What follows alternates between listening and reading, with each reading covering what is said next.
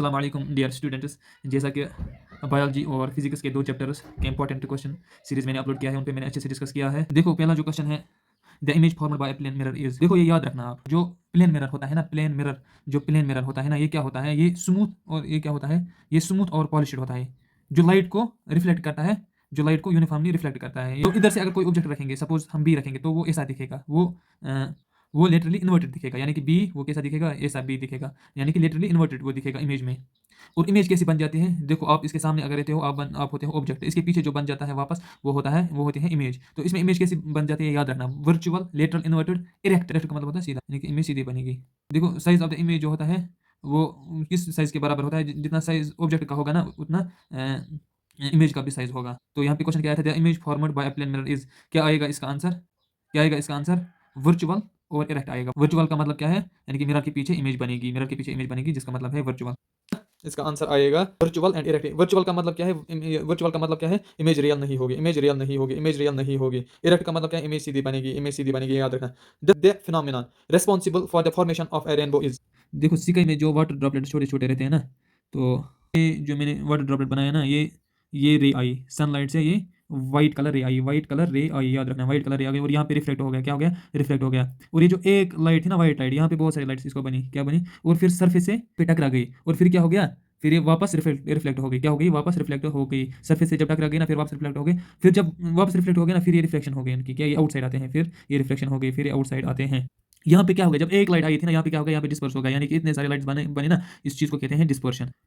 तो at the end क्या होते हैं, rainbow formation. The phenomenon responsible for the formation of, क्या होता है, डिस्पर्शन होता है, क्या होता है, डिस्पर्शन होता है। The lens used in simple microscope, यानी कि सिंपल माइक्रोस्कोप में कौन सी लेंस होती है। देखो डियर स्टूडेंट्स, यहाँ पे मैं अगर आपको समझाने की कोशिश करता हूँ, the lens used in simple microscope is, simple microscope में कौन सी लेंस यूज होती है। देखो यहाँ पे अगर हम एग्जांपल्स देखेंगे ना, कन्वेक्स लेंस की अगर हम एग्जांपल्स देखेंगे, तो क्या क्या एग्जांपल आएगी, एग्जांपल आएगी मैग्नीफाइंग ग्लास। देखो जो ज्योमेट्री वगैरह में होता है ना, तो वो क्या है, वो कन्वेक्स लेंस है। या कैमरा वगैरह में होता है microscope, telescope, projector, human eye lens, hypermetropia, hypermetropia. तो देखो इन शॉर्ट में अगर बताऊंगा इसका रीजन क्या होता है, कॉन्वेक्स लेंस जो होती है ना, कॉन्वेक्स लेंस, इसमें कन्वर्जिंग लाइट्स होता है, जो लाइट रेज आती है ना, उनका कन्वर्जिंग, वो मिलते हैं, वो मिलते हैं क्या, वो कन्वर्ज होते हैं, लाइट्स जो आते हैं वो मिलते हैं आपस में, वो कन्वर्ज होते हैं। जैसे स्पेक्ट्रल्स में, रेटिना पे या आई में भी, रेटिना पे भी, रेटिना में ये मिलते कन्वर्ज होते हैं और इमेज बन जाती है। ऐसे ही जवाब क्या आएगा, कॉन्वेक्स लेंस, क्या आएगा, कॉन्वेक्स लेंस।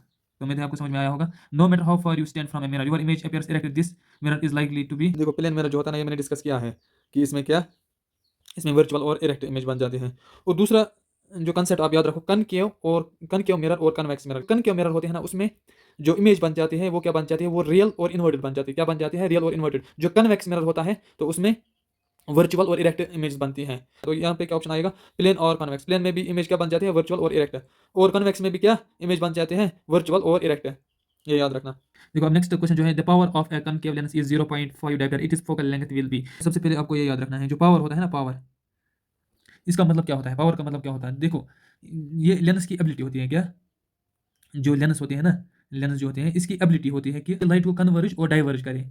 जो लाइट रे आ गई ना, ये कन्वर्ज उसको करे या डाइवर्ज करे, किसके बाद, आफ्टर रिफ्लेक्शन, किसके बाद, after after reflection, after reflection के बाद। तो इसको बोला जाता है पावर ऑफ द लेंस, यानी कि लाइट कितना कन्वर्ज या लाइट कितनी डाइवर्ज हो जाएगी, तो इस चीज़ को कहा जाता है पावर ऑफ ए लेंस। इसका ऐसा यूनिट क्या है, पावर का ऐसा यूनिट है डायोप्टर, ये याद रखना बराई का, प्लीज़ ये याद रखना। पावर ये पूछा जा सकता है, ये इंपॉर्टेंट है। इसका जो ऐसा यूनिट है वो डायोप्टर है, क्या है, वो डायोप्टर है। और देखो, और पावर किसके बराबर होता है, पावर होता है बराबर 1/f, क्या होता है, ये f क्या है, ये फोकल लेंथ है, क्या है, f का मतलब है फोकल लेंथ। तो इजी है, देखो अगर आपने मतलब अभी तक कुछ भी नहीं पढ़ा ना, तो इजी, आप डायरेक्टली याद रखो। देखो पावर बस ये याद रखना 1/f, तो अब आपको डीप जाने की क्या जरूरत है, बस ये याद रखना है, क्योंकि बेसिक क्वेश्चन आते हैं, उतने ज्यादा मुश्किल क्वेश्चन, हार्ड क्वेश्चन नहीं आते हैं। p is equal to 1/f, focal length ये हमेशा किस में होती है, ये हमेशा मीटर में होती है, क्या होती है, मीटर में होती है। इसलिए हम क्या करते हैं, हम p is equal to 100 divide by f करते हैं, 100 डिवाइड बाई फोकल लेंथ करते हैं। इसका रिजल्ट किस में आएगा, फिर सेंटीमीटर में आएगा। देखो मैं इसको इसी तरीके से सॉल्व करूँ ताकि हर किसी को समझ में आए। पावर ऑफ ए लेंस क्या है, 0 पॉइंट, देखो पहले गिवन करना है, p क्या है, 0.5, याद रखना p क्या है, 0.5। हमें फोकल लेंथ निकालनी है, मैंने क्या ऑलरेडी बोला, p is equal to 1/f। देखो जो मैंने इससे पहले बोला था ना, 100 वो गया तेल लेने के लिए, आप उसको छोड़ो। अब मैं आपको इसी तरीके से मैं आपको समझाना चाहता हूँ। तो ये है असली formula, p is equal to 1/f। f क्या होता है, ये मीटर में होता है, बस ये याद रखना।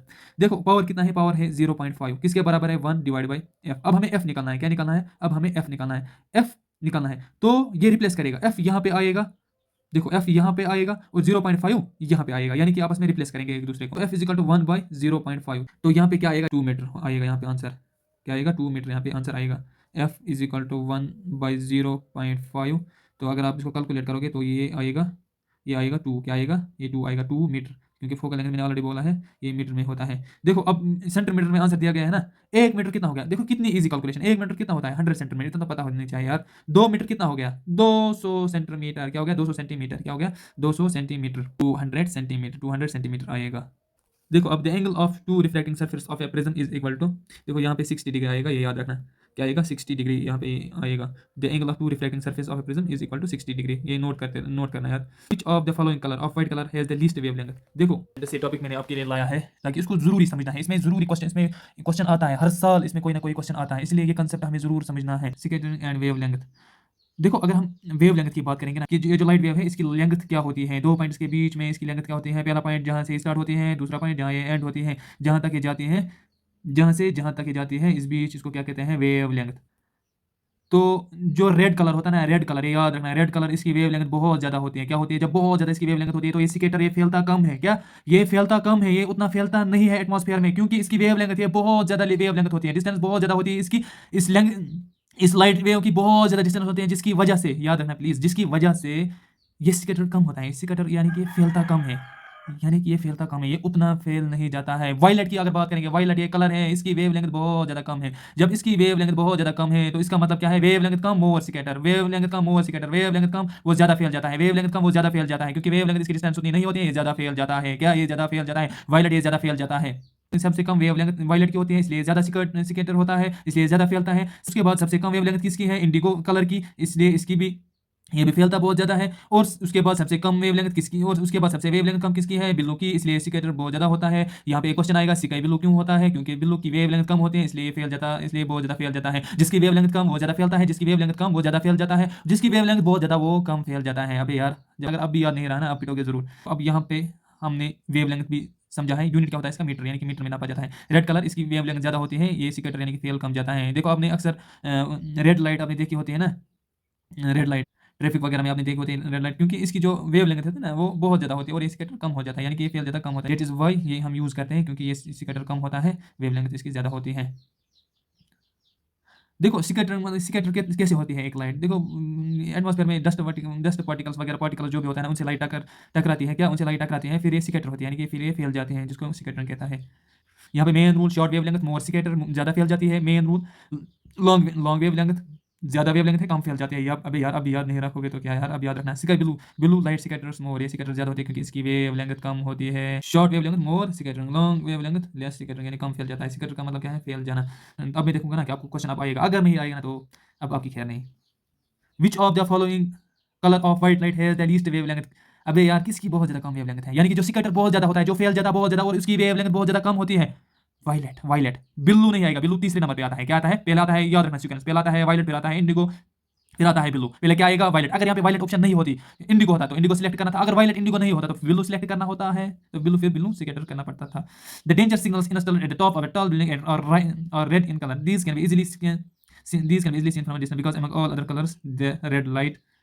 अबे यार बोला तो था, जो मतलब बड़ी बिल्डिंग्स वगैरह होती है ना उनमें डेंजर सिग्नल्स इंस्टॉल करते हैं, उसकी लाइट क्या होती है, उसकी लाइट रेड होती है। ट्रैफिक वगैरह मतलब इमरजेंसी लाइट वो रेड होती है, क्योंकि वो मतलब दूर से भी दिखे, क्योंकि वो दूर से भी दिखे, क्योंकि देखो इसकी वेव लेंथ बहुत ज़्यादा होती है। क्या होती है वेव लेंथ, ये सिकेटर कम होता है, क्या होता है ये सिकेटर कम होता है, द लीस्ट बाय स्मोक और फॉग, स्मोक और फॉग से ये बहुत ज़्यादा कम सिकेटर होता है, अब ये याद रखना। अब नेक्स्ट क्वेश्चन जो है the refractive index of water is, refractive index water का क्या है। देखो मेरे को पता है 1.33, लेकिन इस तरीके से याद नहीं करने का। अबे यार ये मैं आपके लिए ला चुका हूँ देखो इंपॉर्टेंट क्या है, वाटर इंपॉर्टेंट होता है, वाटर इंपॉर्टेंट है 1.33 जल्द जल्द स्क्रीनशॉट लो और उसको रट्टा मार लो जल्द से, स्क्रीनशॉट 1.33 वाटर, 1.33 वाटर। इसमें क्या क्या आप याद रखना, देखो अगर रट्टा मार लेना, और आईआरआईएस वाटर अल्कोहल केरोसिन जो पहले दिए गए ना कुछ, इनका आप मतलब इनको आप प्रैक्टिस करना, रफ पे प्रैक्टिस करना, ताकि आपको याद में रहेगा, क्योंकि इनसे जरूर एक एमसीक्यू इनसे जरूर आएगा, एक मार्क्स इनसे जरूर आएगा, तो ये लिख के लेना एक एमसीक्यू जरूर आएगा, इसलिए स्क्रीनशॉट लो जल्दी जल्दी और फिर याद करो। क्या आएगा रिफ्रैक्टिव इंडेक्स ऑफ वाटर, क्या है 1.33, जो ऑलरेडी मैंने आपको बोला है 1.33, क्या है 1.33। नेक्स्ट क्वेश्चन क्या है, the defect of vision in which a person can not see distant objects clearly is called. एक पर्सन को क्या क्या प्रॉब्लम हो सकती है दिखने में, एक इंसान को क्या क्या प्रॉब्लम हो सकती है। सबसे पहले मायोपिया। मायोपिया याद रखना, मायोपिया का मतलब क्या है? मायोपिया का मतलब है इसमें एक पर्सन जो नज़दीक चीज़ होता है ना अच्छे से दिखता है क्लियरली, लेकिन जो दूर चीज़ होता है ना वो क्लियरली नहीं दिखता है। इस चीज़ को कहते हैं मायोपिया। क्या कहते हैं? मायो। देखो इसके कुछ कारण है, काजेस है। या तो जो आई लेंस होते हैं ना वो ज़्यादा मोटी होगी, या तो जो इमेज है ना इमेज वो रेटिना से पहले बनेगी। ये याद रखना ऐसे ही कि अगर एमसीक्यू आया तो आप ये मायोपिया रेटिना से पहले इमेज बनती है, मायोपिया रेटिना से पहले इमेज बनती है, मायोपिया या तो आई लेंस ज़्यादा मोटी होगी या तो रेटिना से पहले इमेज बनेगी। तो ये किससे करेक्ट होता है? कनकेव लेंस से। कनकेव लेंस से ये करेक्ट होता है, कनकेव लेंस से ये करेक्ट होता है, क्योंकि उसमें डाइवर्ज होता है ना तो ये बराबर फिर रेटिना पे इमेज बन जाती है। और फिर आता है इसका सही जवाब क्या है? The defect of vision in which person can not see distant object. अरे यार बताया तो था मायोपिया, अरे यार बताया तो है मायोपिया। हाइपरमेट्रोपिया क्या है? अबे यार ये अपोजिट है मायोपिया का, हाइपरमेट्रोपिया। इसमें एक पर्सन दूर की चीज़ अच्छे से देखता है लेकिन नज़दीक की चीज़ उसको सही से नहीं दिख रही है, यानी कि तो जब एकदम नज़दीक आता है ना तो ब्लर जैसा लगता है ना, ब्लर जैसा। सेंटर में जब पहुंचते हैं वहाँ पे भी ब्लर जैसा लगता है। तो ये क्या करना है? हाइपरमेट्रोपिया। सीरियस लेने की बात नहीं है, अगर एमसीक्यू आया वहाँ पे आपको यही याद रहे तो इसी से याद रहेगा। हाइपरमेट्रोपिया दूर अच्छा दिखता है लेकिन जब एकदम नज़दीक पहुंचा तो ब्लर जैसा दिखता है, साफ नहीं दिखता है। इनके लिए इसका कारण क्या है? क्योंकि आई बॉल जो है वो बहुत छोटी होती है, आई बॉल जो है वो बहुत छोटी होती है और फोकल लेंथ वो टू लॉन्ग होते हैं। ये इसकी करेक्शन क्या होती है? इसकी करेक्शन होती है जब पेपर अच्छा होगा फिर इसकी करेक्शन होगी, यानी कि इसकी करेक्शन होगी convex lens. Convex lens, convex lens, convex lens याद रखना। कॉन्वेक्स लेंस मायोपिया में कॉनकेव लेंस, हाइपरमेट्रोपिया में कॉन्वेक्स लेंस। इसके बाद आता है प्रेस बायोपिया। प्रेस बायोपिया का मतलब ओल्ड एज वाले इंसानों में होता है, इसमें विजन लॉस होता है, ओल्ड एज विजन लॉस। देखो जब धीरे धीरे एज बढ़ जाती है ना तो फिर नज़दीक की चीज़ें उस तरीके से साफ नहीं दिखते हैं, क्योंकि एज के साथ साथ जो नियर पॉइंट्स होते हैं वो रिड्यूस होते हैं, यानी कि वो कमी होती है, उनको दिखने में कमी होती है। देखो जिसके अंदर ये प्रॉब्लम होती है ना तो अक्सर हाइपरमेट्रोपिया में भी उनमें अक्सर उनमें पाया गया है कि उनमें हाइपरमेट्रोपिया भी होता है। इस चीज़ को क्या कहते हैं? प्रेस बायोपिया। देखो सिलेरी मसल जो होते हैं ना वो इसमें वीक होती है और फ्लेक्सिबिलिटी जो आई लेंस होते हैं वो भी कम हो जाते हैं इसमें। बाईफोकल लेंस ये याद रखना, ये देखो bifocal lens, bifocal lens, bifocal lens you correction होती है। बाईफोकल इसकी करेक्शन क्या होती है? प्रेस बायोपिया की बाई बाई बाईफोकल लेंस क्या होता है? बाईफोकल लेंस, बाईफोकल लेंस का अपर पार्ट कनकेव होता है और लोअर पार्ट कन्वेक्स होता है। अपर पार्ट कनकेव होता है, लोअर पार्ट कन्वेक्स होता है, upper part concave, lower part convex. Concave किस वजह से? ताकि नज़दीकी चीज़ अच्छे में दिखे, कन्वेक्स ताकि फार ऑब्जेक्ट जो होता है वो अच्छे क्लियरली दिखे, वो क्लियरली दिखे। उसके बाद है एस्टिग्मेटिज्म। एस्टिग्मेटिज्म में इसलिए ये जो है ना, इसलिए क्योंकि इसमें कोई ना कोई आता है, चारों में से कोई ना किसी के बारे में पूछा जाएगा, तो इसलिए ये याद रखने का, भूल जाने का नहीं। एस्टिग्मेटिज्म का मतलब क्या है? देखो अब क्या है, अब एस्टिग्मेटिज्म है, इसका मतलब क्या है? देखो ये एक आई डिफेक्ट है क्या? इसमें इंसान को हॉरिजॉन्टल या वर्टिकल, हॉरिजॉन्टल या वर्टिकल क्या, हॉरिजॉन्टल लाइन्स या प्रॉपर्ली नहीं दिखती है, यानी कि जो इमेज इसमें इमेज ब्लरली दिखती है, ब्लर होता है। इस डिफेक्ट की चांसेस तब होते हैं जब आई लेंस या कॉर्निया की शेप नॉर्मल स्फेरिकल ना हो, क्या यानी अनइवनली कर्व्ड हो जाए, अनइवनली कर्व्ड हो जाए। इस वजह से लाइट रेटिना पर एक पॉइंट पर फोकस नहीं कर पाती है, क्या एक इसमें सिम्टम्स क्या है? ब्लड विजन, हेडेक या आई स्ट्रेन। ये करेक्शन कैसे होते हैं? सिलेंड्रिकल लेंस से करेक्शन होती है। बस ये चीज़ याद रखना कि ये आई डिफेक्ट है, ये आई डिफेक्ट है, इसमें हॉरिजॉन्टल या वर्टिकल लाइन्स प्रॉपर्ली नहीं दिखते हैं, उसको सिलेंड्रिकल लेंस से इसको ठीक किया जाता है। अब हम तो नेक्स्ट क्वेश्चन क्या है? The power of L lens used to correct myopia is dear. इसको मैं यहाँ पे समझाने की कोशिश करूंगा। Convex and concave lens important है। देखो जो कन्वेक्स लेंस होते हैं ना इसमें convex lens converging, convex lens converging, convex ये बीच में थिक होती है, क्या ये बीच में थिक होती है, याद रखना है। एंड एजेस इसकी ये जो एजेस है ना ये थिन होते हैं, बीच में क्या ये मोटी होती हैं। देखो इसमें लाइट की कन्वर्जिंग होती है, इसमें लाइट्स मिलते हैं, ये पॉजिटिव है, क्या है ये पॉजिटिव, ये याद रखना। यानी कि फोकल लेंथ देखो पावर किसके बराबर होता है? 1/f। यहाँ पे फोकल लेंथ जो है ना वो पॉजिटिव होती है, कन्वेक्स लेंस में फोकल लेंथ पॉजिटिव होती है, कन्वेक्स लेंस में पॉजिटिव होती है फोकल लेंथ। पावर भी क्या होगा? पावर भी पॉजिटिव होगा, फोकल लेंथ भी पॉजिटिव होगी, पावर भी पॉजिटिव होगा, फोकल लेंथ भी पॉजिटिव होगा। तो ऑलरेडी मैंने बोला, इसके यूजेस मैंने ऑलरेडी बोले हैं।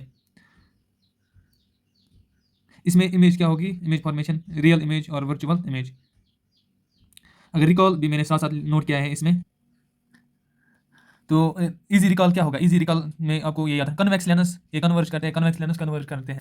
देखो इसमें क्या है, अगर हम इसको रिकॉल की तरफ देखेंगे ना मतलब इजी होगा आपको याद रखने में। कन्वेक्स लेंस कन्वर्ज क्या है? कन्वर्ज लाइट, यानी कि पॉजिटिव होगी, कन्वेक्स लेंस पॉजिटिव होगी यार, और इसका पावर भी पॉजिटिव होगा। P इज इक्वल 1/f, यानी कि focal length metre, focal length यानी कि पॉजिटिव और इसका पावर भी ये पॉजिटिव में आएगा। इसके बाद है कॉनकेव लेंस, ये डाइवर्जिंग लेंस, इसमें लाइट रे जो आती है ना ये डाइवर्ज होती है, यानी कि आपस में मिलती नहीं है, ये ऑलरेडी कहा जाता है, यानी कि ये सेपरेट होते हैं, डाइवर्ज होते हैं। Focal length negative, focal length negative, power negative, focal length negative, power negative. Concave negative, convex positive, ये याद रखना यार, कल एग्जाम में गलती नहीं करना।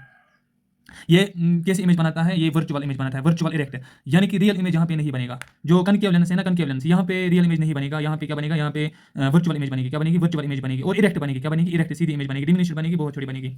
ये किसके लिए यूज होती है? देखो मायोपिया, जिसको मायोपिया प्रॉब्लम होगी ना, उसके लिए ये टेलीस्कोप वगैरह या फिजिक्स ऑप्टिक्स या मतलब इन चीज़ों के लिए ये याद रखना है, ये आ सकता है। इस क्या होगा, कन के डाइवर्ज होता है, negative negative negative length negative power, ये याद रखना है, यानी कि negative focal length negative power, ये याद रखना है। यहाँ पे क्या क्वेश्चन था, अब हम क्वेश्चन पे डायरेक्टली आएंगे। यहाँ पे क्या क्वेश्चन था, power of lens used to correct myopia. Already मैंने मायोपिया करेक्शन की बात की, तो कौन सा आएगा, कनकेव लेंस आएगा ना, ऑलरेडी मैंने ये डिस्कस किया है, कनकेव लेंस। इसमें दोनों नेगेटिव है, पावर भी नेगेटिव है और फोकल लेंथ भी नेगेटिव है। पावर भी नेगेटिव है, फोकल लेंथ भी नेगेटिव है, इसका सही जवाब है negative negative negative negative negative, इसका सही जवाब है, याद रखना। अब जो नेक्स्ट क्वेश्चन है, which of the following colours is scattered the most by the atmosphere. देखो कौन सा कलर जो सिकर्ड यानी कि जो फैलता है बहुत ज्यादा, मैंने क्या ऑलरेडी बोला, जिसकी वेवलेंथ कम वो सिकटर बहुत होता है, जिसकी वेवलेंथ कम वो सिकटर बहुत होता है, क्या आएगा, वायलेट।